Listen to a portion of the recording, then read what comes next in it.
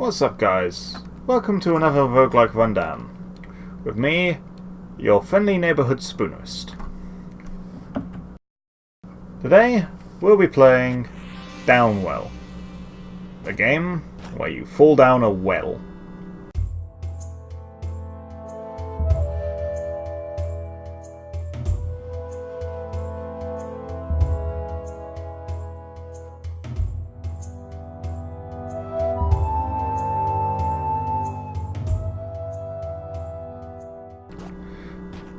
Now, the fun thing about this game is, while you can fall down a well at any pace, it incentivizes going down super fast and killing loads of things. But the pace is variable. You can sort of stick to what you feel like you want to do is best, so long as you're not so slow that you just end up getting caught out by lots of bats you didn't take care of earlier. But I kind of digress. We've jumped into the game and started with arm spin style, which means that weapon replacements, like laser, the thing I just picked up, will be far more common, and shops will be far less common. Now, this is useful because, based on the placement of shops in this game anyway, standard, it's a bit... You'll have more shops than you can really use your gems. Whereas with the weapon upgrades, you will always benefit in some way because it will always have the +1 health or +2 energy, which is always a very useful thing. Although, of course, it comes with the risk that you might get a terrible weapon. So, all in all, quite nicely thought out. Especially the fact that with the gun boots you can essentially control the pace of your descent. It's a very positive point in this game's fate. Well, it's a point in this game's fate, but...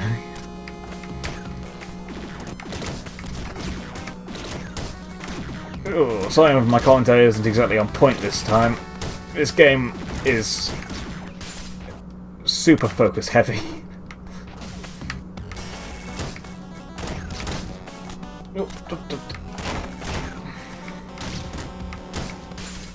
You just get a sort of feel for falling after a while, and you suddenly become very good at it. But it requires a lot of concentration. At least in my experience. I might just be bad at this game.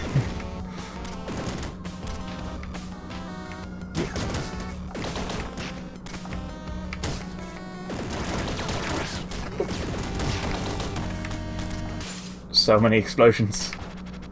What I like to do on a typical run of Downwell is, if I get the chance, go for a Michael Bay run, which is basically for all of the upgrades at the end of a level, if you can, take all of the explosion-y ones.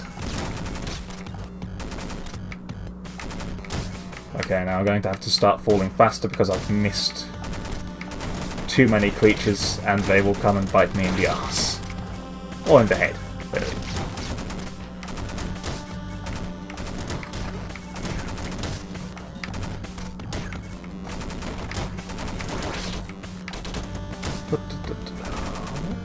Down we go. Now, we're hoping that we get something that... We have enough money, let's go for the members card. Now this means that we will now have a shop at the start of every level, thus negating completely all of the negative aspects of being arm spin style.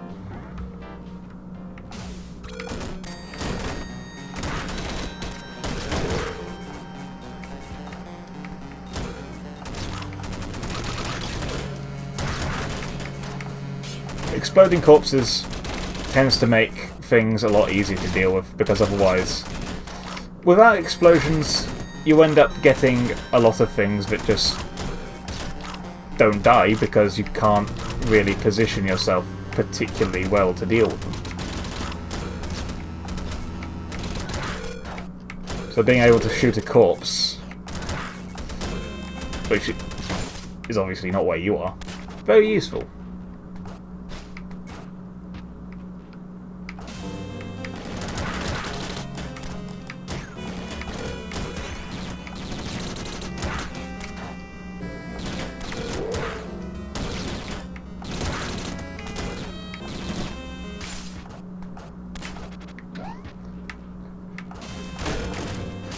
Interesting thing in the enemy designs makes catacombs a lot more hectic than the cave stage, because you've got a lot of ghosts that can move vertically in both ways, and basically your options for dealing with things that are above you are quite limited. So if you fail to kill the ghosts before they get above you, then you can be in for a few problems.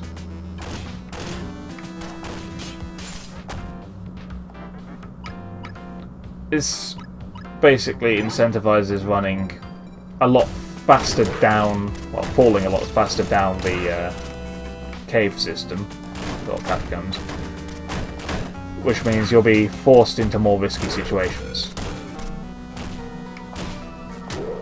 So yeah, level design really helps in pacing. It becomes a lot more hectic as the game progresses.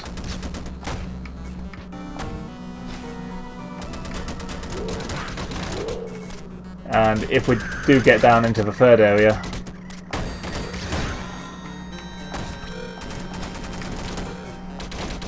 they do add another mechanic there that's quite nice and interesting.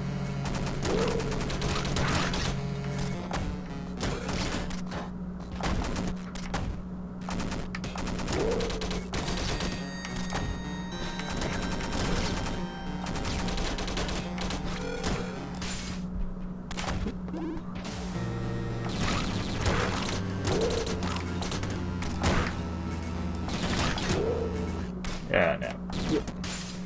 But at least we got through that level of the catacombs. So all we need is...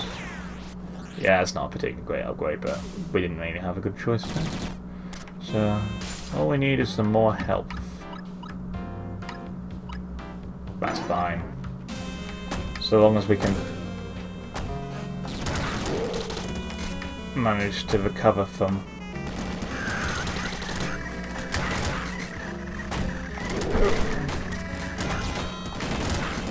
oh, for once, the collecting gems firing things upward thing actually worked in my favour.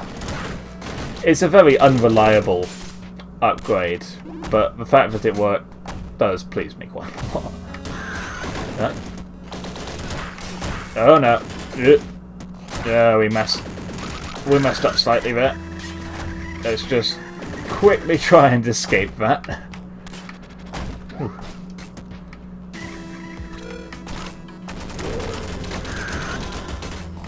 And now with 20 energy we can usually pretty much just fire almost indefinitely, so long as we have some targets to fall onto.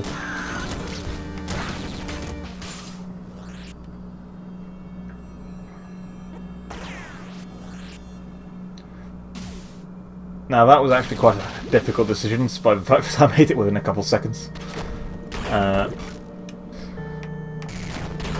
The ability to make destructible blocks fire upwards is a lot more reliable than firing upwards when you get a gem. But exploding things that you land on, that is really huge. That is a really powerful thing, because it means that if you get a cluster of a lot of enemies, you can take care of them no problem. So long as they're within like 5 feet of each other.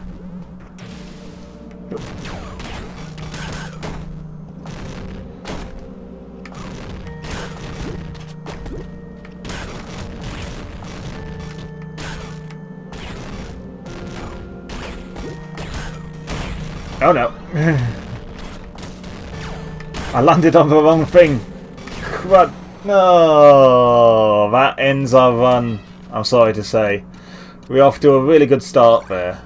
I didn't even get the chance to discuss the fact that they introduced an air system which basically forces you to go down faster, otherwise you drown. But at any rate, that was a fun run. Downwell is a particularly fun game, I find. But anyway, let's just surface, give us some time to ponder what's just happened. Staring off into the grass. Yeah, let's just sit on the bench. Well, sitting is a generous description of what I'm doing here, but never mind. Just a bit of a closer. This has been Downwell. I'd recommend anyone gives it a try if they want a quick bit of fun. It's very easy to get into, even available on phones. But yeah, this has been Downwell, and this is your friendly neighbourhood spoonerist signing off.